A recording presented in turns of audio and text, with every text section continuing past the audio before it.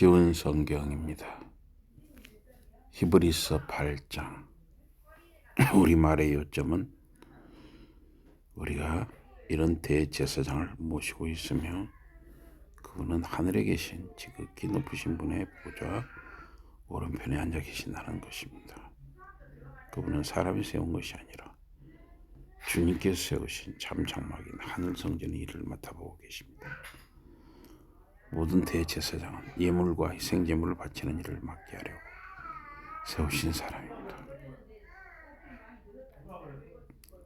그러므로 이 대제사장도 무엇인가 바칠 것이 있어야 합니다.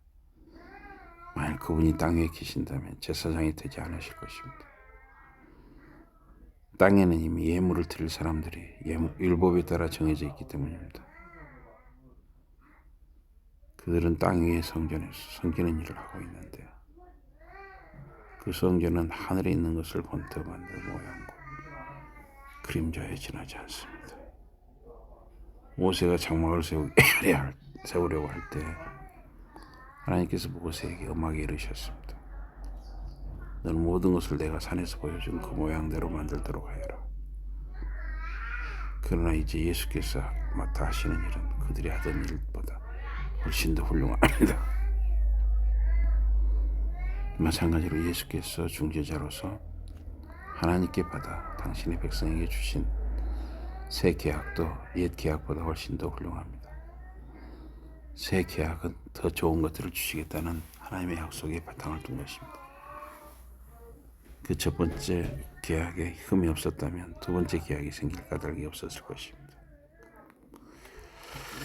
그런데 하나님께서는 당신의 백성을 나무라시면서 이렇게 말씀하셨습니다. 주께서 말씀하신다. 내가 이스라엘 집안과 유다 집안과 더불어 새 계약을 맺을 날이 올 것이다. 이 새 계약은 내가 그들의 조상들의 손을 잡아 이집트 땅에서 데리고 나오던 날 그 조상들과 맺은 계약과는 다른 것이다.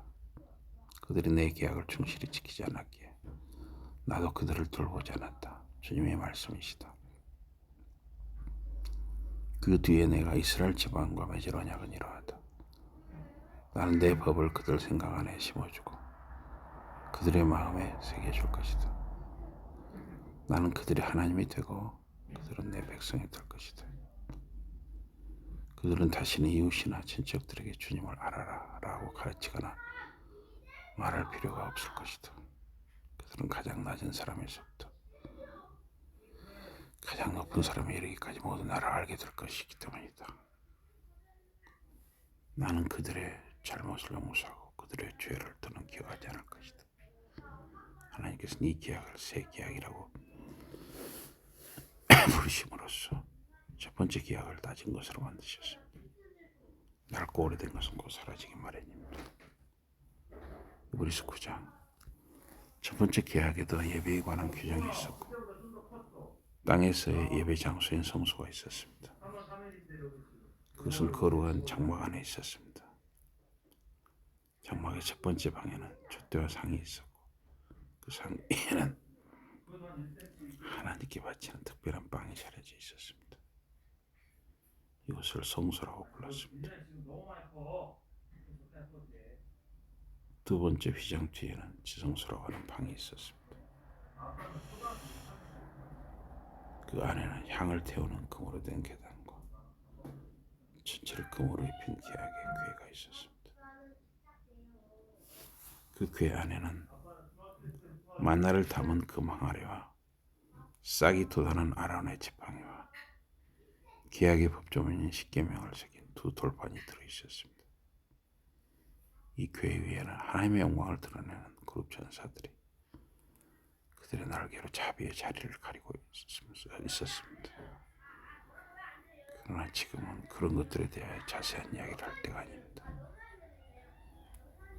장막 안에 모든 것이 이렇게 준비되면 제사장들은 날마다 장막의 첫 번째 방으로 들어가서 그들이 맡은 의식을 치렀습니다.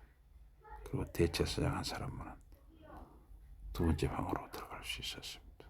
그것도 1년에 한 번뿐이었습니다. 그리고 반드시 자기 자신과 백성이 모르고 지은 죄를 용서받기 위해서 바칠 피를 가지고 들어가야 했습니다. 성령께서는 따로 떨어진 이 두 방을 써서 우리에게 다음과 같은 것을 가르쳐 주십니다. 첫 번째 장막이 아직도 서 있는 동안에는 지성소로 들어가는 길이 열려 있지 않았다는 것입니다. 이것은 모두 이 시대를 위한 하나의 복이로서 하나님께 바치는 예물과 생체물을 예배하는 사람의 양식을 깨끗하게 할 수 없다는 것을 나타냅니다.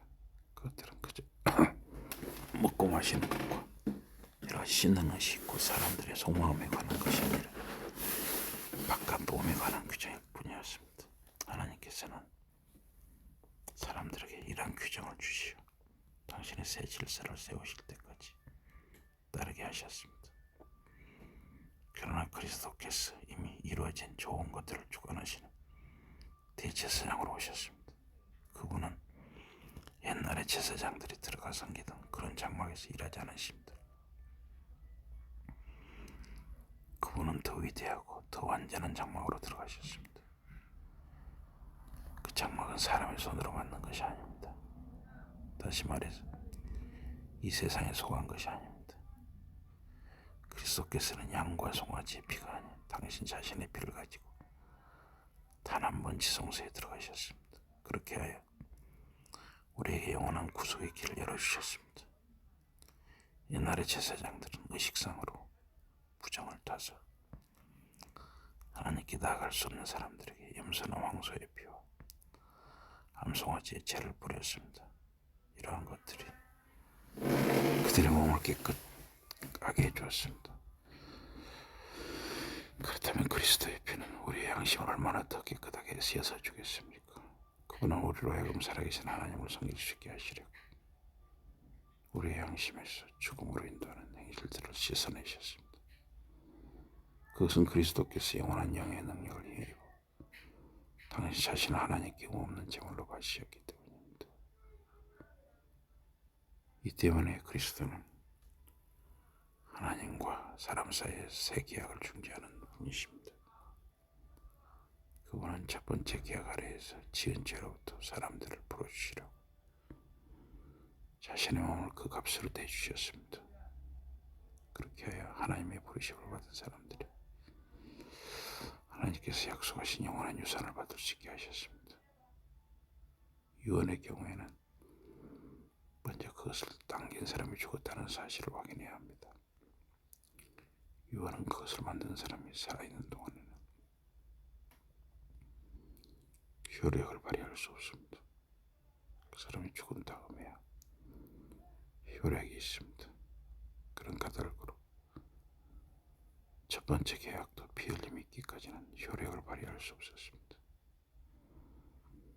모세는 율법의 모든 계명을 모든 백성에게 선포한 뒤 송아지와 염소의 피와 물을 붉은 양털과 히소풀에 붙여 율법책과 모든 사람에게 뿌렸습니다. 그리고 이렇게 말하였습니다.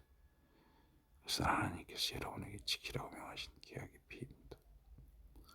또 같은 방식으로 그는 장막과 제사의식에 쓰이는 모든 기구에도 피를 뿌렸습니다. 율법은 거의 모든 것을 피로 깨끗하게 할 것을 요구합니다. 그리고 피 흘림이 없이는 죄의 용서도 없습니다. 그러므로 하늘의 것들을 본떠 만든 모형들은 짐승의 피로 깨끗하게 해야 할 필요가 있었지만 하늘에 있는 실체들은 짐승의 피보다 훨씬 더 나은 생체물로 깨끗하게 해야 했습니다. 그리스도께서는 사람의 손으로 만든 장막, 참된 장막을 본떠 만든 장막에 들어가지 않으셨습니다. 그분은 이제 우리를 위해서 하나님 앞에 나아가려고 바로 하늘로 들어가셨습니다. 또한 대제사장들은 자신의 피가 아닌 짐승의 피를 가지고 마다 지성소에 들어가지만 그리스도께서는 그렇게 거듭거듭 당신 자신을 바치실 필요가 없습니다. 만약 그렇게 거듭 바쳐야 한다면 세상이 창조된 뒤로 여러 번 고난을 당하셔야 했을 것입니다.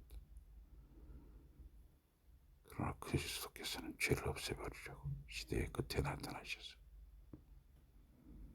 단 한 번 당신의 몸을 희생제물로 바치셨습니다. 사람은 한 번 죽기 마련이고 죽은 뒤에는 심판이 있습니다. 이와 마찬가지로 그리스도께서도 많은 사람의 죄를 짊어지시려고 죽으셨습니다. 그분은 단 한 번 자신의 몸을 희생제물로 바치시고 두 번째 다시 오실 터인데 그때에는 사람들의 죄 때문에 오시는 것이 아닙니다. 그때에는 그분을 기다리는 사람들을 구하기 위해서 오실 것입니다. 이브리서 9장, 이브리서 8장과 9장이었습니다.